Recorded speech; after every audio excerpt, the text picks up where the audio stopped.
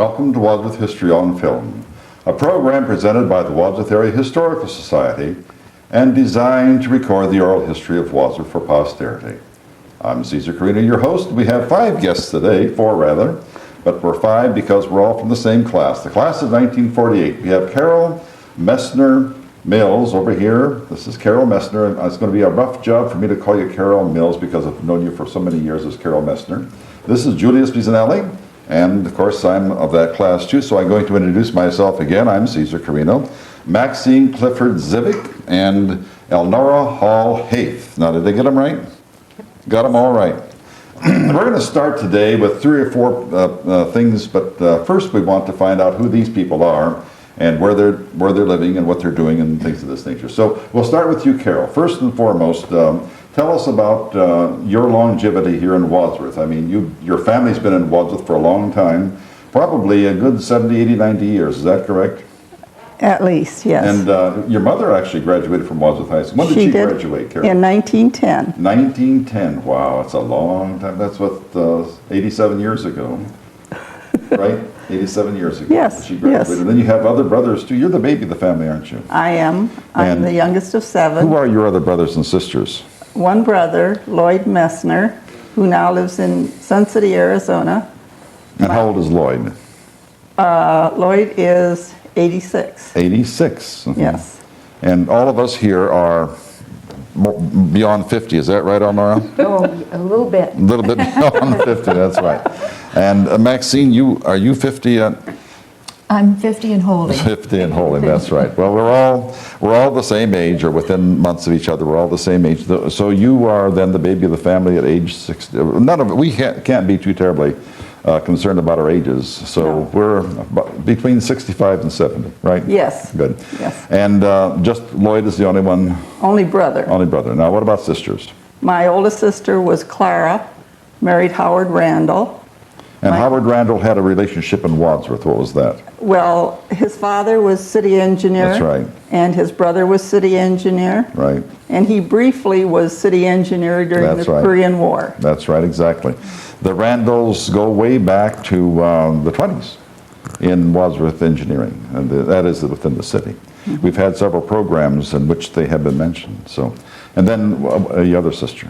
My next sister was Lois, and she married Norman Vallone from Barberton, and her son, Bob, lives in Wadsworth now. Mm-hmm. And she has had 3 other children. Now, Clara and Lois are both deceased. They're both deceased. And when did the Messners come to Wadsworth? I'm not sure. Mother was born in Orville, and Dad was born in Copley. Mm-hmm. And Mother came to Wadsworth High School, but Dad went to school in Copley. And then when they married, they moved into Wadsworth. He thought better of staying in Copley. Yes. Right. Julie, how about you? We know a great deal about you because you were on the program before to tell us about the blacksmith industry here in Wadsworth, which was very interesting. We're getting a lot of comments about that one. It was particularly interesting to me because I like the mechanical things, but you brought out some things that no one has ever known about the blacksmith industry in Wadsworth. Briefly tell us your brothers and sisters and all of that so that we get the relationships. Well, I have 3 sisters, mm-hmm. 2 brothers. My oldest sister, Catherine, and the next sister, Pat, were both born in Minturno, Italy. They were born in Italy, that's right. And my sister Rita, myself, my brother Ralph, and brother Mario were all born in the same house in Silver Creek. That's right. Mm-hmm. Just a couple doors from you. From me, that's right. And we're cousins, of course, but we were very close, lived very close together. Are you actually? Mm-hmm. Yeah, I'm sorry? Are you actually cousins? Sure. Yeah. Yes. Oh, I didn't realize yes, my that. father and his father are first cousins, and their grandparents are brother and sister. Both sides. Both sides. Both sides. Mm-hmm.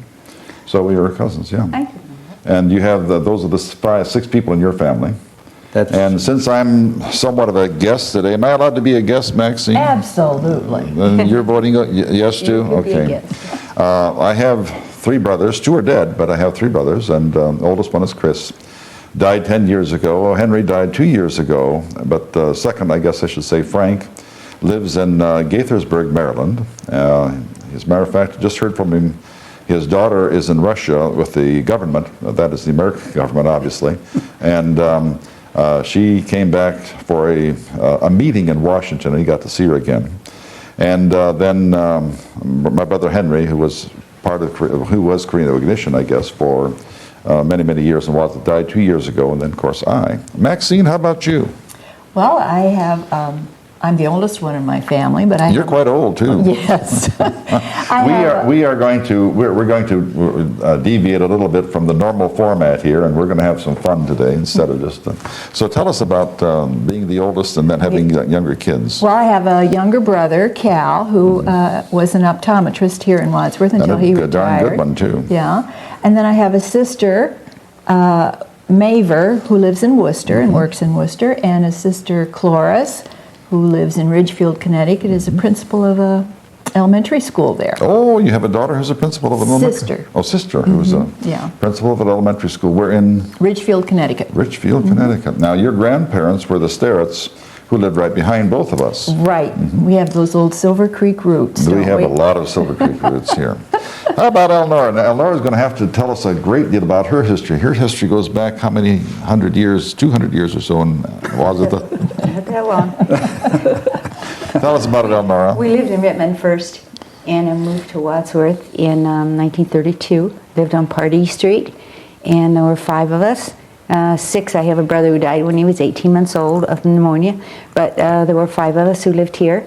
Just for the historical aspect of it, Elnora, what was your brother's name who passed on at 18 months? Charles. Charles, okay. And then let's hear There's the other been a name. Charlie Hall in the family for years and years and years. Right. And then there was Nelson and Marjorie and Raymond and Jack and me. Right. There are 5 of you Yeah. still living. So then H.J. Hall bought a farm, and he didn't want to run it, so my dad, we all moved to the farm. And your H.J. Hall was what relationship? H.J. Hall's father and my grandfather were brothers. Okay, so there's a relationship there, a strong relationship here. We've had 2 of the Halls, of H.J. Hall's son and H.J. Hall's grandson. Oh, did you? Yes, Jackson and Jerry. Huh? Jerry also. Jerry is the reason we had him is that he is the first and only Greek Orthodox priest Right. from Wadsworth. And of course he didn't start out that way. He started out at Trinity United Church of Christ, then he married a girl from Baltimore College. And he converted to Orthodoxy, and he's a priest and just very, very popular. I've been associated with him for the past 10 years or so with Akron. 1948. We walked down the aisle, 21 of us? 103, I thought, but How many do you think? I thought it was between 100 and 105. How about you, Julie? Hey, I was so glad to get out of I didn't count, you know. Well, tell us, how many did we have in the class? I thought it was 108, but we had postgraduates from Okay, now we in have the 103, 105, 108, whatever. On the average, we had somewhere close between 100 and 110, something like that. What do you remember about graduation day? Carol, you have such a keen memory about all these little details. What did you remember about graduation day? I think the only thing significant that I remember was when the curtain closed and the graduation service was over, there was a loud roar on hoop behind the curtain. And there was Everybody was no so tears, happy. no tears whatsoever. Do you remember, Elnora, the speech? No, I don't. I remember it as if it were yesterday. really? No, I don't. Yes, I do. And I don't know who gave it, but I wondered. I remember the speech as if it were yesterday, and he talked about looking in a mirror. And I don't still to this day know what the analogy was, particularly because we weren't supposed to be looking into the mirror to see reflect, backwards. We're supposed to be looking forward. But it was a good speech because it was nice and short and all of that. Whom do you remember singing at the graduation? Does anyone remember singing? I would guess Leonard Hurst and Right. Marilyn Thomas. You got it. That's right, exactly. They sang, and then there was a quartet that sang, but it wasn't very good. I was in it. Therefore, I remember. How about going back to 1936 when we started school? Where did you start, Elnora? You started at Redmond? At No. Lincoln. At Lincoln School? At Lincoln. We lived a mile from town, and I had a choice of going to Centralized or Lincoln, but there was no kindergarten. And Mom was glad to get me out of the house, so I went to Lincoln. You were the I was- baby of the family, weren't you? Yeah. About time you got you out of the house in a I was hurry. the only country kid in the city school. The only country kid in the city Yeah. school. And Oh my God. they'd say, "Where do you live?" And I'd say, "Out there." You wouldn't tell them where. Well, when they found out I had a pony, then I had a lot of A friends. lot of friends. How did you get to school, Laura? Walked. A whole mile. Well, it was a mile from our house to the square, so it was a little over a half a mile to Lincoln School. But sometimes the milkman delivered milk in those days, and he'd let me hop on his truck, and I'd ride down with him. And then in high school, Mr. Wolf, that had Wolf's Dry Goods Store, Yeah. he took a lot of us that lived at that end of town. He would take us. You take it to high school. or And to we the- were so noisy one morning, we ran head on into a tree. Was he Peeled noisy my too? lip off of the dashboard. Was he Poor man. noisy too? You mean Mr. Wolf was noisy or just No, the we kids? were, I think we drove him crazy, and he was in his 80s then. Oh, poor fellow. And I think he was just, there was too much noise. Anyway, he hit this tree head on, and I was in the front seat, and I remember my lip hitting that dashboard. What kind of car was it, do you remember? I don't remember. Maxine, where did you go to start school? I started school at Franklin School. I went to kindergarten there. Frank, where were you living if you went? We lived on East Street, and it was Oh, just okay. a little, maybe 3-block walk down to. Down to Franklin School? Yeah. Do you remember your kindergarten teacher?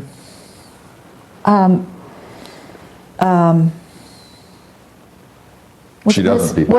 Was it Miss Wells? Well, Miss Wells was everybody's kindergarten teacher. And she was at Lincoln, Yeah. too. Yeah, she was. She was at a. We made jelly. Had say jelly that. and crackers in Oh, kindergarten. that's right, and I thought that was wonderful, jelly. Yes. I don't know. Now that's 61 years ago, or 62 years ago, and you still remember that, Yeah. making jelly Yeah, and crackers. I Isn't that do. something? Well, we didn't go to kindergarten. We didn't have any kindergarten. We went to centralized at that time. And of course, you had the same experience, didn't you? No kindergarten, but Right. we went to the first grade. Do you remember your first grade teacher, Julie? Bertha Kuhn. Bertha Kuhn, mine too. She's now dead. She is an aunt to Wanda Blackwood. Wanda Blackwood. She is an aunt. And we had Wanda on the program as one of the secretaries. She was had the longest term of secretarial history in Wadsworth. She was 32 years or 35 or something like that, a long, long time. At the same time, we had, and I'll bet everyone here remembers her, Donna Lynn Bergner. Remember her? Absolutely, yeah. She started in 1927. And she told us about the fact that they had only one telephone in the office, and when it was on her desk, and when someone called, which was rare, the principal would have to come out, or the superintendent would have to come out and pick up the telephone and talk. And she said, one of the other secretaries, boy, we have all kinds of telephones now. And then one of them said under her breath, I wish we would have had one telephone with all the parents calling. What about you, Carol? I started with Maxine at Franklin, and then we both, in first grade, went to Central. There was no kindergarten at Central, so we went to Franklin for our kindergarten, first grade at Central, and first through, well, actually, we both stayed at Central for 12 years, because that was the high school. Now, yesterday I was talking to a person who's going to be on the program on the 12th of December, and I said, what do you remember about your early childhood days? And she said, the boy that I was in love with all my life, and who never even knew that I existed. Now, I'm not going to embarrass you by asking you that kind of a question, because you won't answer I'll it anyway. never tell. But you're not going to tell. But what kinds of things like that do you remember specifically? Eleanor, how about you starting on this one? Well, Mr. Close was, well, not exactly along that line, but I Well, I remember... guess not. Mr. Close would not have been a boyfriend. Mr. Close was the superintendent then, Yes. and he would make periodic visits to the grade schools. And he came to sixth grade at Lincoln, and Mr. Joachim was the teacher. And I remember he came in and walked to the chalkboard, and he said, does anybody know what the longest word in the English language is? And of course, none of us knew. So he wrote on the board, anti-disestablishmentarianism, and it has 20 letters plus in it. When he turned around, apparently he saw some girl chewing gum, and that was a real bad no-no. So he says, just simply, you know, a gum-chewing girl and a cud-chewing cow are alike in some ways, but in different somehow. There's an intelligent look on the face of the cow.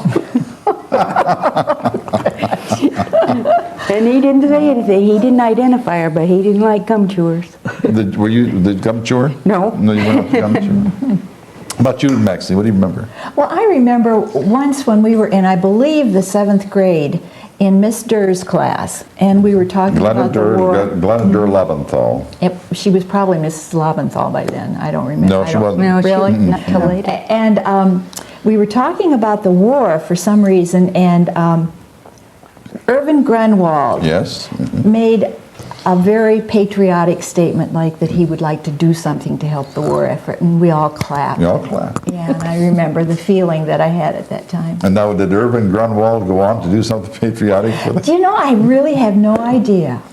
But I always liked him. He was a lot of fun. Oh, yes, he was nice and tall, and you were a very tall, pretty girl at that time. I remember in the 4th grade, I was up at the chalkboard, and for whatever reason, I was tired or whatever, and we were standing there endlessly, just endlessly at the chalkboard. And the teacher was helping Joe down the road, and he couldn't get whatever the math problem was, and we began to become just a little bit unruly. So the teacher, and at that time it happened to be Zelda Cooter. I'll never forget that, because she was a sweetheart of a person. Did you remember her, Julie? Zelda Cooter? She had an eye problem, a very severe eye problem, almost blind, but she was a What beautiful. grade was that? 4th grade. 4th grade. Yeah, you might have had Miss Porter. Could it? Yeah. Well, Zelda Cooter was a very, very nice person. I just loved her dearly. As a matter of fact, she's one of the persons that I remember so fondly. And I couldn't remember why I would have done something like this. So she said, boys and girls, face the chalkboard, or the blackboard. We didn't have chalkboards in those days. We called them the blackboards. And I turned around and faced the blackboard. Well, I got tired of doing that. So I put my hands on my knees and I squatted down. Why I would do that, I have no idea, because I don't typically do that. And my trouser tore all Not one word did Miss Cooter say, not one word. She didn't have to say. I will never forget the humiliation, absolute humiliation. Just, it's horrible.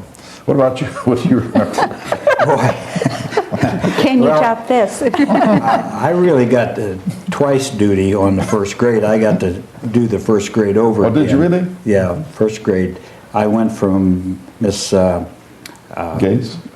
I forget the other teacher's name. but anyway, back and forth from the 1st grade teacher between the two of them. I didn't make out the 1st grade, so I done it over That was again. very common in those days, because when you didn't have kindergarten, we would go through 1st grade twice. Many people did that. I mean, a matter of course. So not because you didn't get it, it's just the fact that we didn't have the But kindergarten. I think part of it was because of our family background, where our mother and father spoke Italian, Yeah. and we got home, and it was really hard to negotiate Oh, the sure. lessons or whatever you had to do, and then consequently you just don't pick up right. everything. That's So the right. 1st grade was just like the kindergarten Yeah. type thing. But the one thing I do remember is probably the 1st or 2nd day of school. My sisters, my 2 older sisters, were already down at Centralized, and I can remember coming out of the class and hollering for my sister Pat,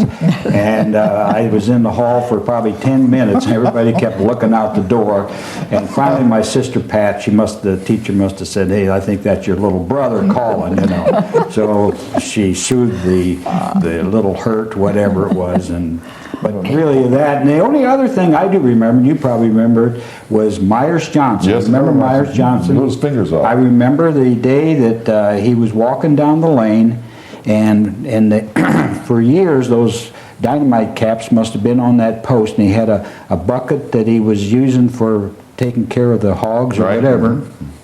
And he was swinging the bucket, and he hit the top of the post, and those blasting caps went off and took his fingers off. on his hand, and that stayed with me I for had- so long a time that I just Isn't it strange that you would bring that up?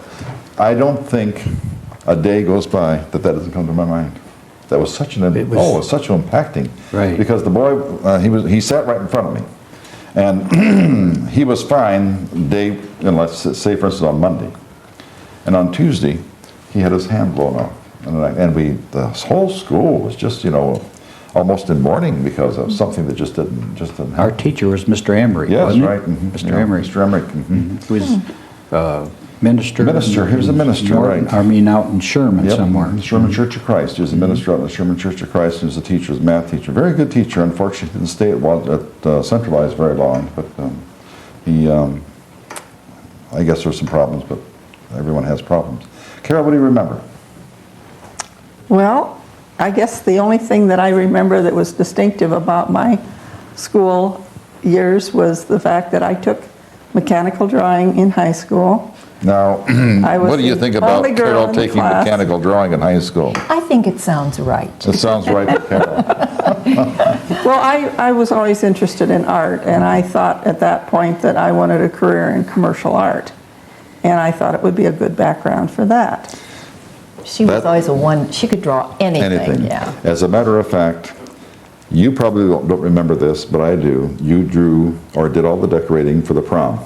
Yes, I remember that. And I was so impressed with that. I can't remember. Well, no, that isn't fair to say. I headed the committee that did the decorating for the prom. I did not do all the decorating. I think that you did all the decorating for the prom. Because at 4 o'clock that night before the prom, you were there.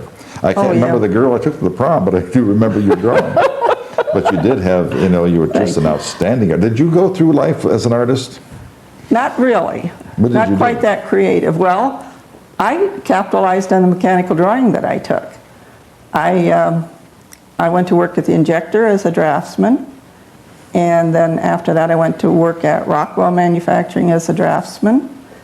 And when I left town, I went to Chicago, worked for U.S. Steel as a draftsman, and stayed there for 2 years roughly, and then went to San Francisco and started as a draftsman with Bechtel Engineering there, and retired from there. Gad. I had no idea that you did that. I always thought that you were an artist. No. Did you know that, people? Well, yes. Well, you knew about that. Of course, you would know everything else. But she really is an artist. Oh, but- an outstanding artist. While we're talking about that, what did you do all of your life, Julie?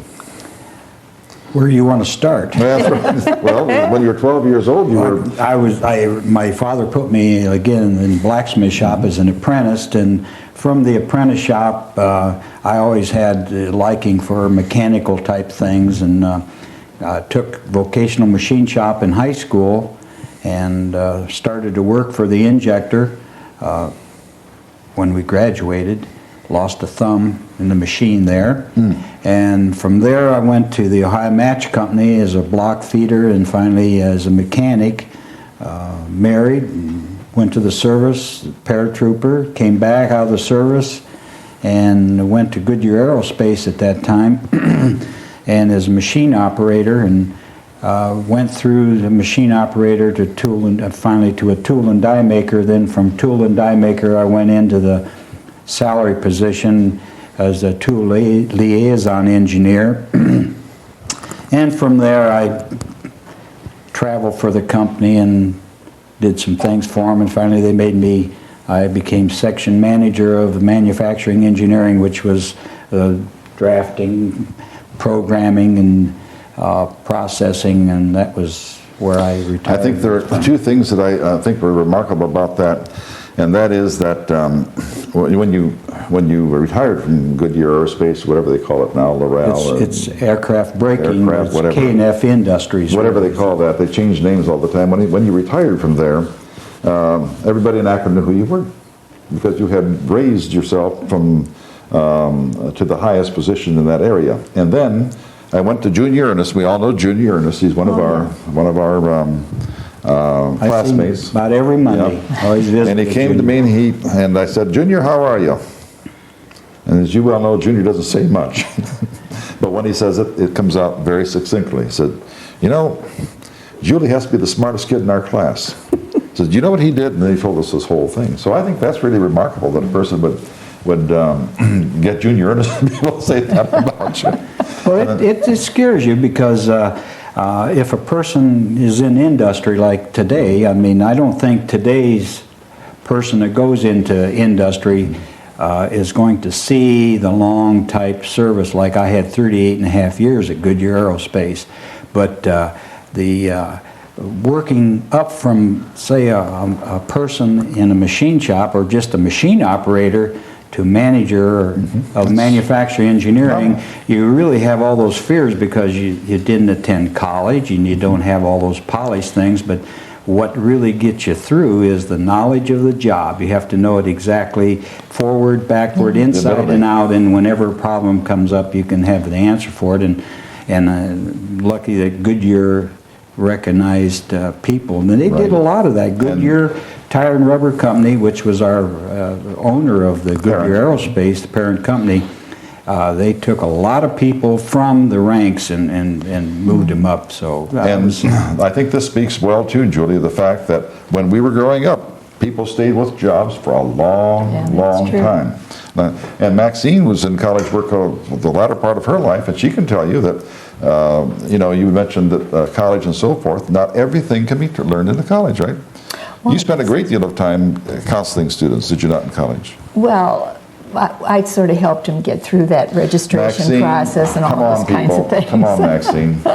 This girl, I know personally from personal experience that you were well regarded not only by the University of Akron and the Orville branch at that time, Wayne General Technical College, which is now Wayne College, but by thousands of students that you helped.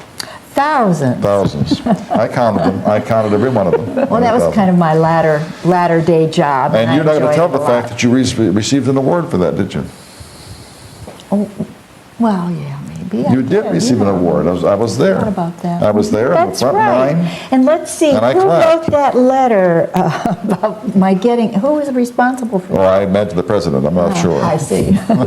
Tell us about what you've done in your lifetime. Well, I worked at the box board where I met my husband, and we married, and then I stayed at home and raised 4 children with him, and then after the children were raised, had 3 of them through college. When the 4th one went to college, I went to Wayne College and worked.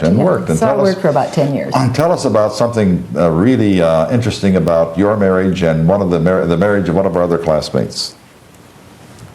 My marriage and the marriage... Oh, I know! Pat Kent and I married brothers, yes. Brothers. You married Mylan Zivic, and she married... Married John. John Zivic. And you were good friends in school. Oh, yes, absolutely. And then you became sisters-in-law. Yeah. And the irony of it is that you're still good friends. We're still good friends, yes. Eleanor, go ahead. I'm sorry, go ahead. Tell us. We just have a lot of fun together. Oh, that's great. Enjoy it. Eleanor, tell us what you've done all of your life. I didn't do very much. But Oh, no. Come on. well, I worked about 27 of the 47 years. I worked for 15 years for Akron Electronics Supply Company. It was And what is that really called? AESCO. That was a wholesale distributor of electronics products.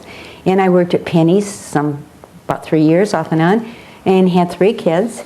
And that's about all. And you married a high school sweetheart. Oh, yeah, Pat Haith. Yeah. Pat Haith. He went to Kent Eleanor State. won't tell us this, but one of my students used to work for you. Who said? We're too old to remember those kinds of Hey, things. you should have brushed up on it. At Akron Electronics? Yes, and he said that he worked for this young kid. And I said, who's this young kid? And she said, well, her name is Eleanor Haith. I said, you got to be kidding. And this is, 10, 12, 15 years ago, something like that. When did you leave there? I quit in May 4th, 1984. Okay, so not too many years ago. Well, wasn't Jack Porter, didn't he go to your Central High School? Yes. Somebody? He worked there one day. Well, that wasn't the person I talked to. That wasn't the one? Well, anyway, the next morning he said it was the next day he called in, he said it was too much stress. Oh. And he worked there one day. Jack Porter went to, lived in River Styx, in Clark's Corners. Yeah, he lived on the way to Clark's Corners. Right. But I worked for Ace Rubber Products, and remember Westy Ammons? Oh, surely. He worked there too, part of the time. Did he? But then I went, out of high school I went to haul trucking, worked in the office there for a while. You know about those people, don't you? Then I worked at the telephone office for a while, and then I worked for my dad that summer because I got laid off on the farm. And then I went to the box board, and then I went to the Firestone, and then that was when I went to Akron Electronics, and then I went to Ace Rubber Products. Now, 1980. I mean, Ace Rubber Products then, Akron Electronics. Let's say 1980. You would have been 50 years old, right? Yes. Okay. And 1985, I think it's probably about 1985, this kid came up to talk to me. He was working with Akron Electronics. And he said, working for this young kid, said, you know, what I'd like to do in my life is to be able to be as efficient and as powerful as this young woman is. And I said, just out of curiosity, what's her name? She said, Elnora Haith. I said, you got to be kidding. How old do you think Elnora Haith? Oh, she's in her 30s right now. And you were at that time 55 years old. Yeah, I didn't start working there until I was 38. Well, you're 55 years old, and he thought you were a young kid. And you still look like a young kid. Well, we all do. Yes. We're going to run out of time if we don't get some other things taken care of here quickly. So you aren't going to tell me who it was? No, if I knew, I would. I You just don't forgot? remember. Oh, heavens, yes. I used to forget what I had for breakfast, and I don't know whether I had breakfast or not. If I didn't check every now and then, I wouldn't know. Carol, one of the things that I would suspect, you know, that the girls in those days really regarded as being extremely important in terms of their vanity, their looks, and so forth. Describe in an artist's way what kids wore when we were in school. Let's say, for instance, high school sophomores. What was the rage? What did we wear? We wore saddle shoes or loafers. We wore skirts, blouses or sweaters. We would not have been seen in blue jeans. Never, under no circumstances. A work day, something At home. you mentioned the proms. Yes. On occasion like that, you could wear blue jeans to school, and we wore big men's white shirts. Aha, that's the one that I wanted to hear. Why did we wear big men's white shirts? And tell us about that. Maxine, you probably had, well, you didn't have any brothers. You had a brother. Yeah, yeah. Did you ever wear his shirt? Not my brother's, but I wore my father's. Why did the girls wear these big white shirts? Well, they were just comfortable, and they looked good, but we knotted them in the front. I always knotted mine in the front. And We- had the tail hanging out the back. We also signed them and embroidered names on them. Oh, really? Yeah. I don't remember that at all. Do you remember that, Elmer? I had a coat that I bought at Klein's, the men's store across the Yes. street. I had everybody's name on that in the school. No kidding. They would write it in ink, and then I'd embroider That it you over would in embroider colors. it. Oh, for heaven's sakes. Now, what about the guys? Did we know what we wore?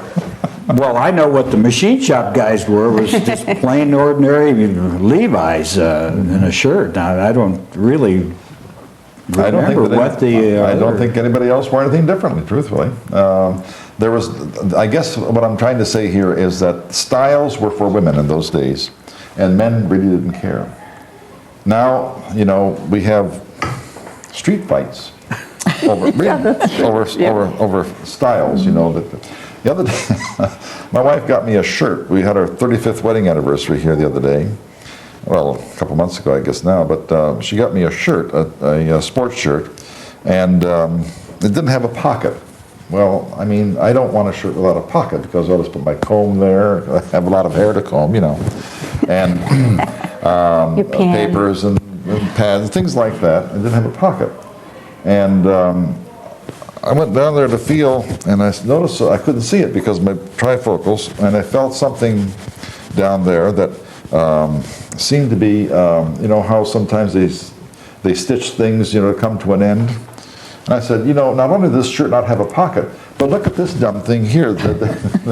She went down and looked at, and here it's this, the guy's playing polo. What do you? Ralph Lauren. Ralph Lauren. An expensive shirt. And I happened to be in a public place, and the lady was standing there. She said, in all seriousness, she says, you know, you could have that shirt ripped off your back if you go to the wrong places. That never occurred. Never occurred. Well, the starter jackets today are very dangerous in some Yeah. cities in the country. I mean, it's just, you know, the same way with the tennis shoes. You know, they're talking $150, $200 for a pair of tennis shoes. It's horrible. Yeah. Horrible. And grade school kids are paying that kind of money for shoes, too. Oh, you bet. That'd be shoes for 5 years. when we were going to school. Or more than that. Elnora, tell us about how much you remember the favorite food was when we were growing up. Hamburgers and Hamburgers. milkshakes. Hamburgers and milkshakes. And where did we At get Baker's. them? Where? Baker's. At Baker's. That's right. And we went to Brenneman's for Sundays. for Sundays. And I how- never did, And but then they I, had the drive-in down west of Wadsworth there. the Triangle, No. Polar Bar. Polar Bar. Polar Bar, right. I worked there. Yeah. Tell us about the Polar Bar. Who owned it at the time? Well, Elsie Ringer, Right. one of our teachers. I think she taught 6th grade. Years ago. We had it for 6th grade. Yeah. The Polar Bar, what did you do? Well, I made ice cream and served ice cream cones, and later on they had donuts there and hamburgers, all kinds of stuff, yeah. I waited on cars. You know, kind of a little car hop. Yeah. That's something we don't have now, is it? Yeah, they still There's have a few, but Yeah, root beer stands still have. They still have car hops and things. there's one in Worcester. A car hop? Bishop's Drive-In, yeah. Well, those, people down that part of the country Yeah. may not be caught up with what the rest of the world is doing. Let's go start with Carol once again.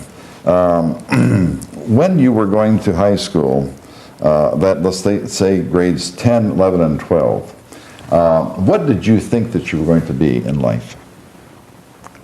I had hoped to be a commercial artist. A commercial artist. You had tremendous talents there, and you didn't do that. What changed your mind? Well, at the time, I didn't have the money for the formal schooling, and I had the background in mechanical drawing, and I had the opportunity to go to work at Ohio Injector, which incidentally Maxine was responsible for. Maxine? She was working for John Looney at the time, I had John Looney on the program. and He mentioned your names. Really? oh, both of us. He needed somebody helping in his office at the time, and there would be some opportunity for some drafting. And I did that for about a year, and then I transferred to the tool design department, which was across the hall, and did more drafting over there. So that, in other words, the fact that you continued. What did you want to do when you were in high school? just get through school.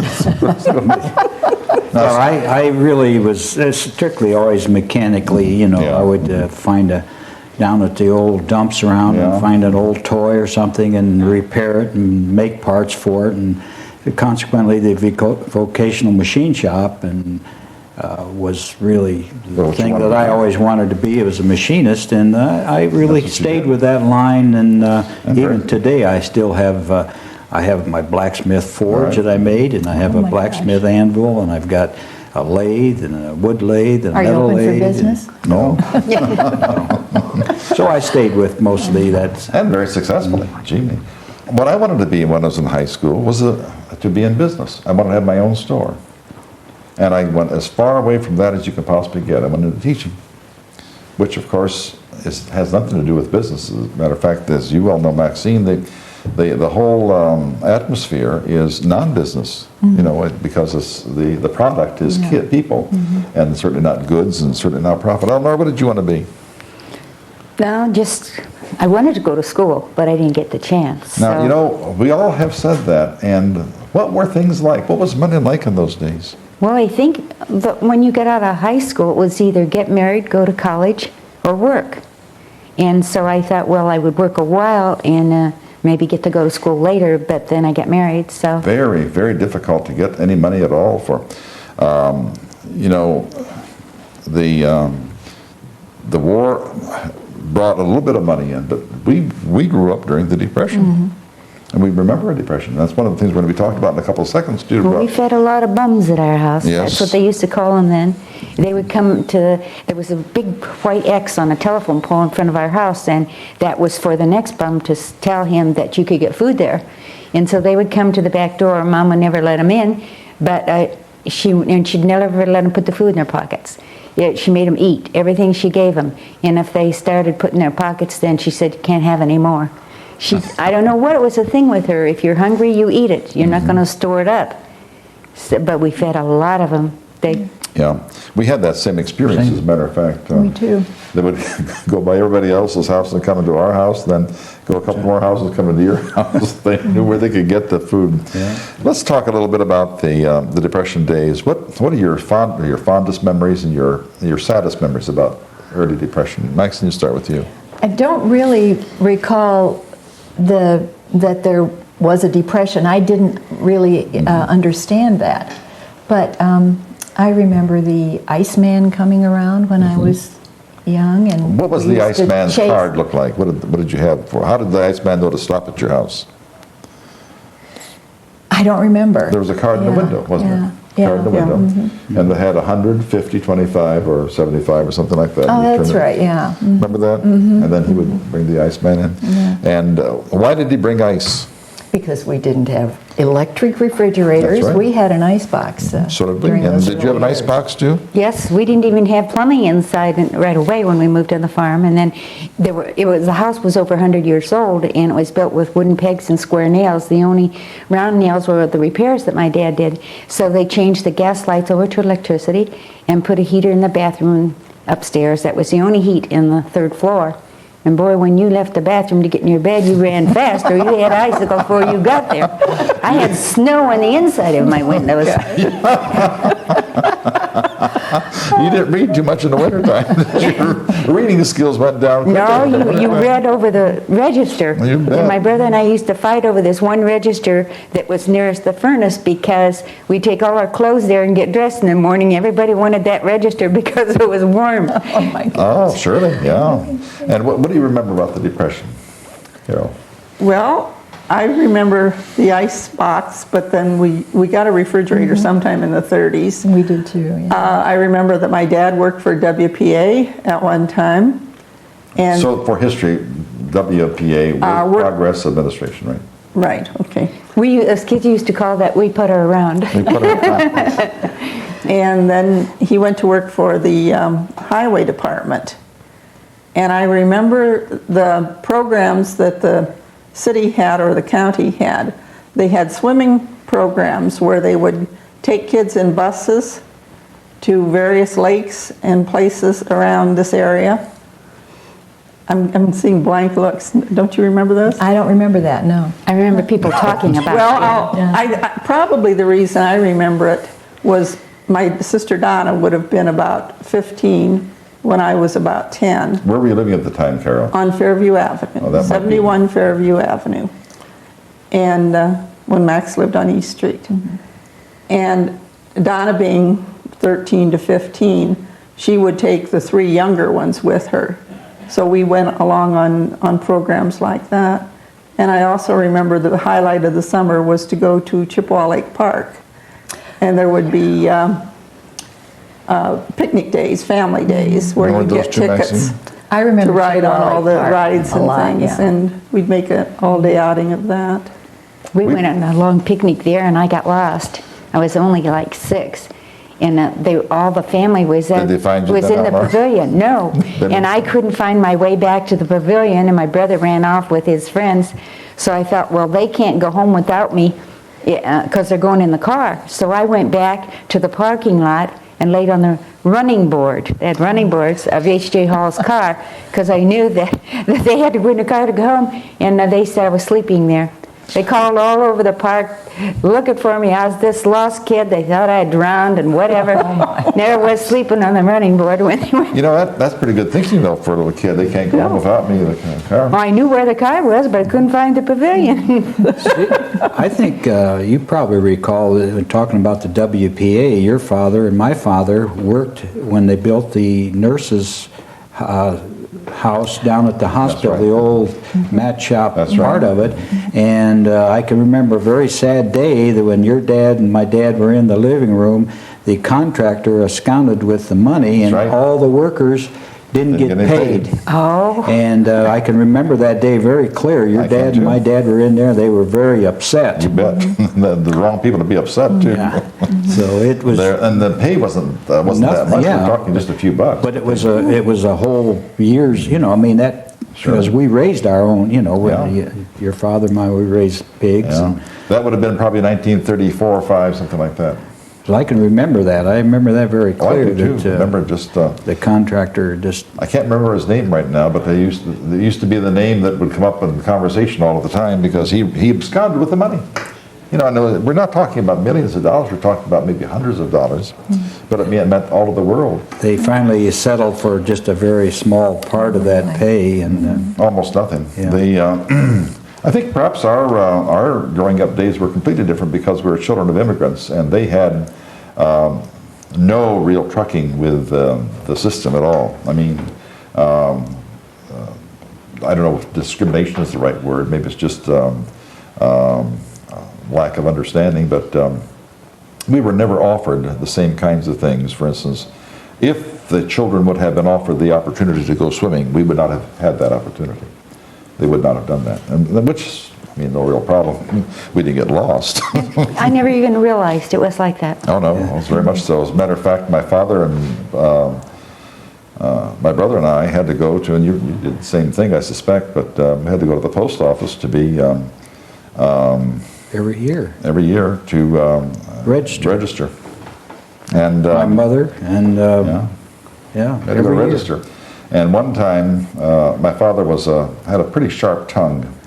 Didn't take too much from anybody. And this one guy, this very arrogant public official was there and said, had to write down, your name and address. And there was no social security number. If there was, I'm sure we didn't have one. And what they did was to write down the names of your children. Well, my father had 4 children whose names he wrote down. So this guy comes up and he looks at this thing really, and I can remember it. I'm just scared to death, Here's this big government fellow. We're in the post office and it was all cramped in there. And he said, "Carino?" And my father said, "Yes, sir." He said, "You have 4 children here. I see only 2. Where are the other 2?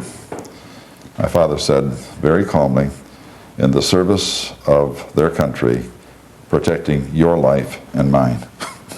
Oh, my God. Guy didn't say much more after that. We just went on.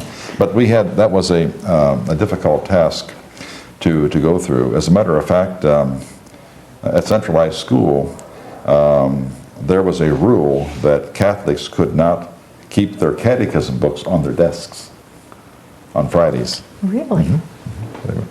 And we were never permitted to, this is what they told our parents and told us, that we were never permitted to bring certain kinds of foods to school and things of that nature. Oh, my gosh. Gosh, I never knew that existed. I wonder what they thought, Caesar, when, our ethnic background is everybody had coffee and we used to have wine. Wine at our We drank tables. wine at our meals. These 2 little Italian guys coming to school with a wino breath. But that was part of our, Part of the culture. we never, Part of the culture and we everything. didn't have coffee, we had wine. That's right, exactly. But it's, and we look back at those things, and those are the memories we've had for all of these years. We're going to run out of time. Let's get to Wadsworth High School again.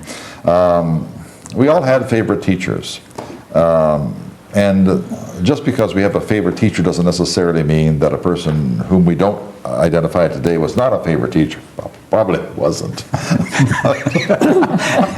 But how about identifying the teachers that you thought were the ones that made the biggest impression on you? Elnora? The Hildebrands, Oliver Cooper, Mrs. Crable, they were great. Isn't that something that the same identical ones that I would have Mrs. mentioned? Crable, if you ask her a question during a test, this little thing that you didn't understand in it, by the time the conversation was over, you had the answers to the whole test. She was so good. And she's a beautiful woman, isn't she? Boy, that white hair, was all up in an upswing, and she just a sweetheart of a person. I never had Gordon Hildebrand for a teacher. Some of the people did. I had Oliver Cooper. Well, Mrs. Hildebrand, I but had her, not him. Just loved her. They both were killed, weren't they? In a car wreck. Boy, it was horrible. But I had her. She was wonderful. How about you, Maxine? Well, I loved Mr. Cooper.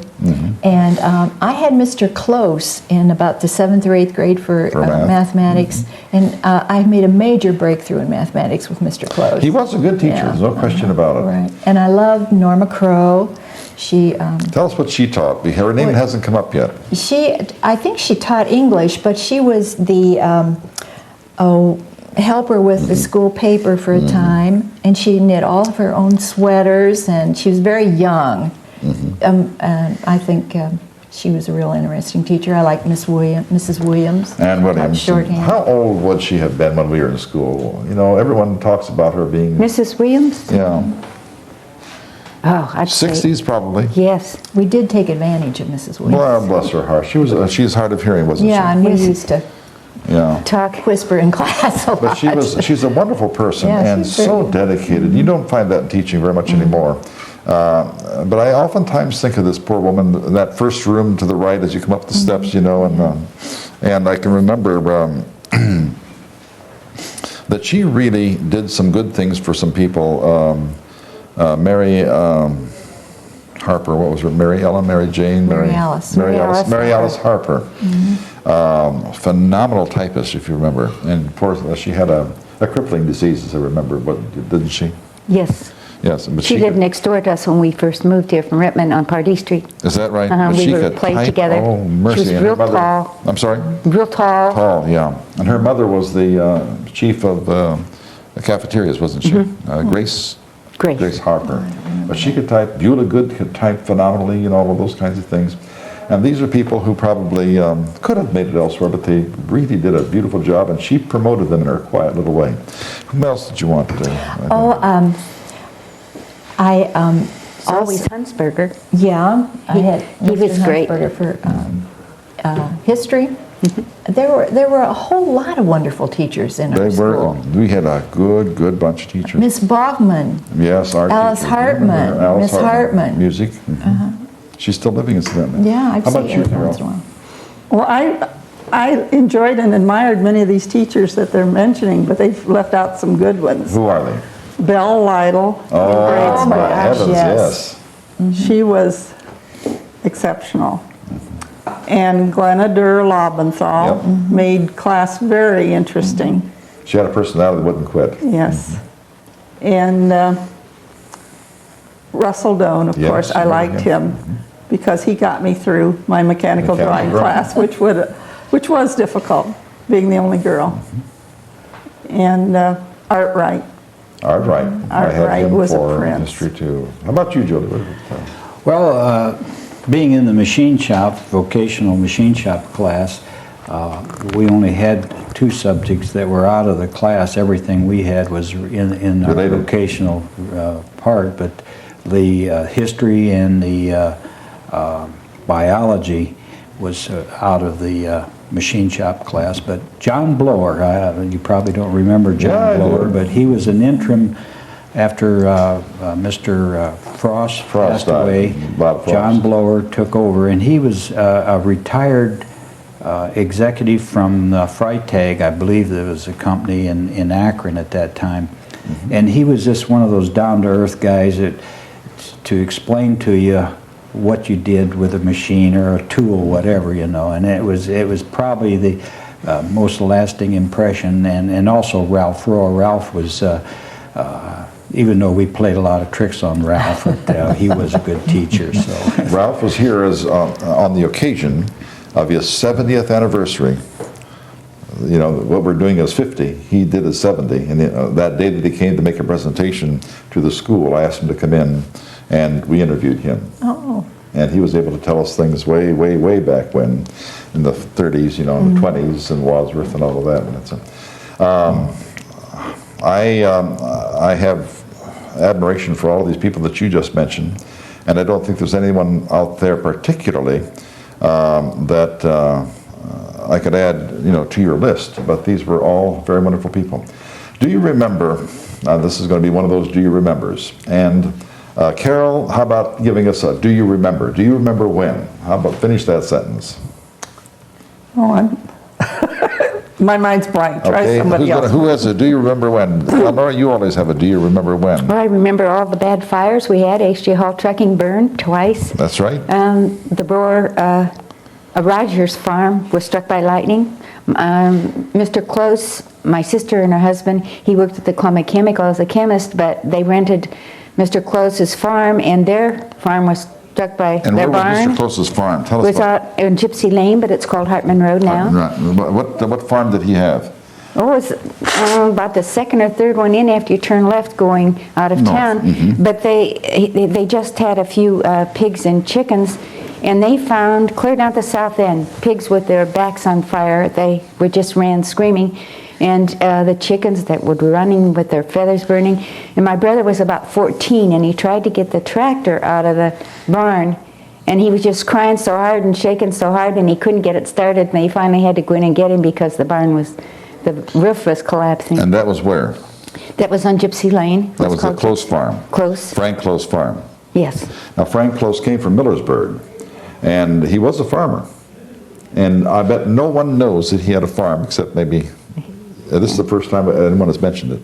I think that barn had been struck by lightning before. So needless to say, my sister says, I'm moving.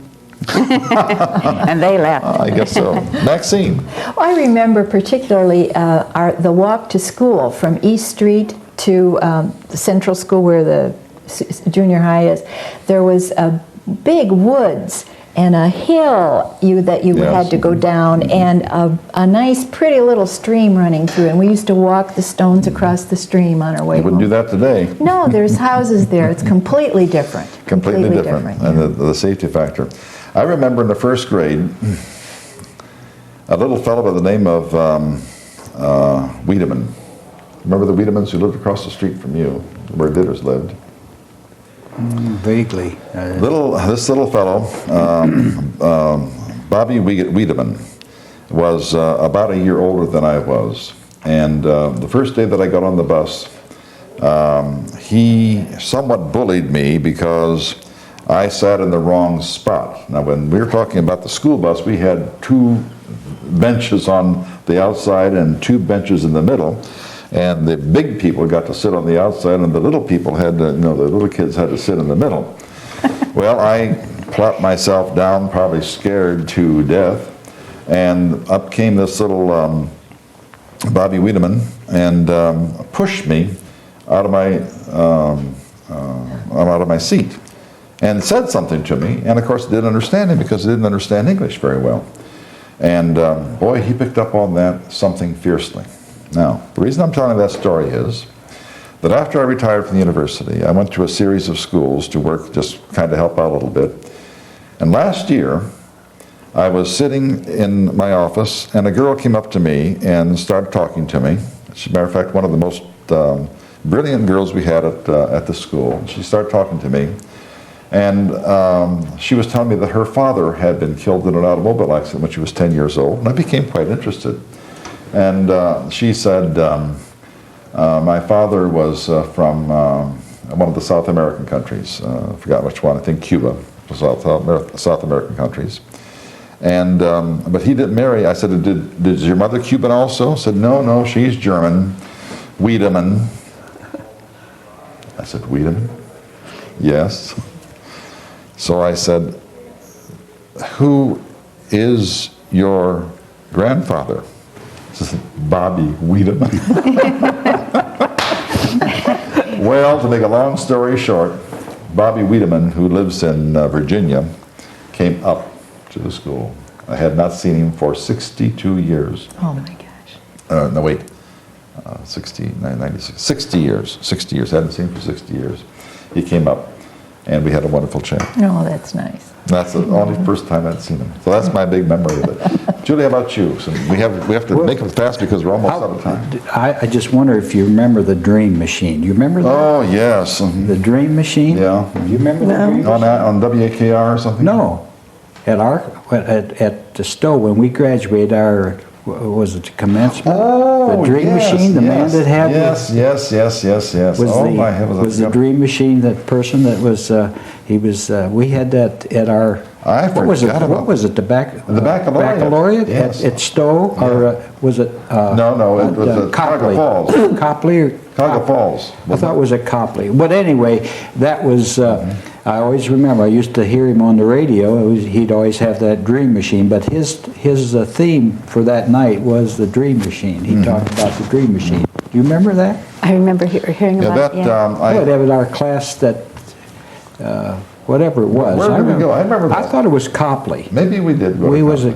at Copley for our something to do with graduation. Yeah. Isn't that something? Well, I had forgotten about that. Now, those are the memories. Carol, quickly, we have a... Well, I recall two things after you started talking. One was when the snow cruiser came to Wadsworth. Yes, 1939. And we got off school to go see the snow cruiser. Admiral Byrd was taking the snow cruiser to the South Pole.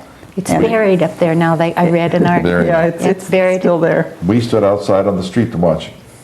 And Eleanor was mentioned, They call the snowmobile. Snowmobile, With right. Admiral Byrd's snowmobile. Right. was mentioning fires, and I remember during the war when the flare plant Our plant burned down. burned at out on Grandview. Grandview. Ladies and gentlemen, class of 1948, our time is up.